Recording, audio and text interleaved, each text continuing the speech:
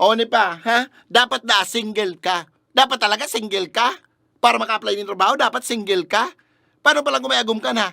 May pamilya ka na, di ka maka-apply ng trabaho, tabako kang single. Ay, ano na tayo? O ni pa, di ka pwede mag-apply pag may tato ka. Anong kinalaman kang tato sa trabaho?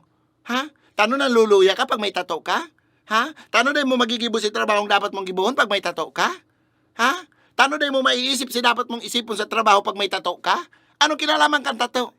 Tanay pwede mag-apply. Maati da kayong hilingon pa diyan tato. Maating hilingon sa maati ang payo, sa makikitid ang utak. Anong hiling nila sa may mga tato? Masamang tao tulos?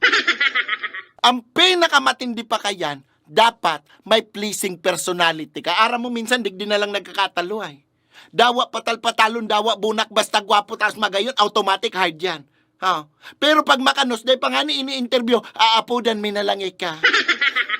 Paano man pala si may mga pang-homo sapien ng pandok? Ha?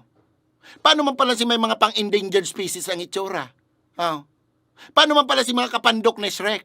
Ha? Di mayo ng pag-asa magtrabaho, tarog ka yan. Wa manggaro. Itong mga nagtatrabaho sa likod, itong mga day na hiling. So ang gusto nila sabihin, pag makanos ka, bawal ka magtrabaho. Bawal ka maghanap buhay. Maray lamang kung gabos, hali sa maray na pikoy. Eh bako man.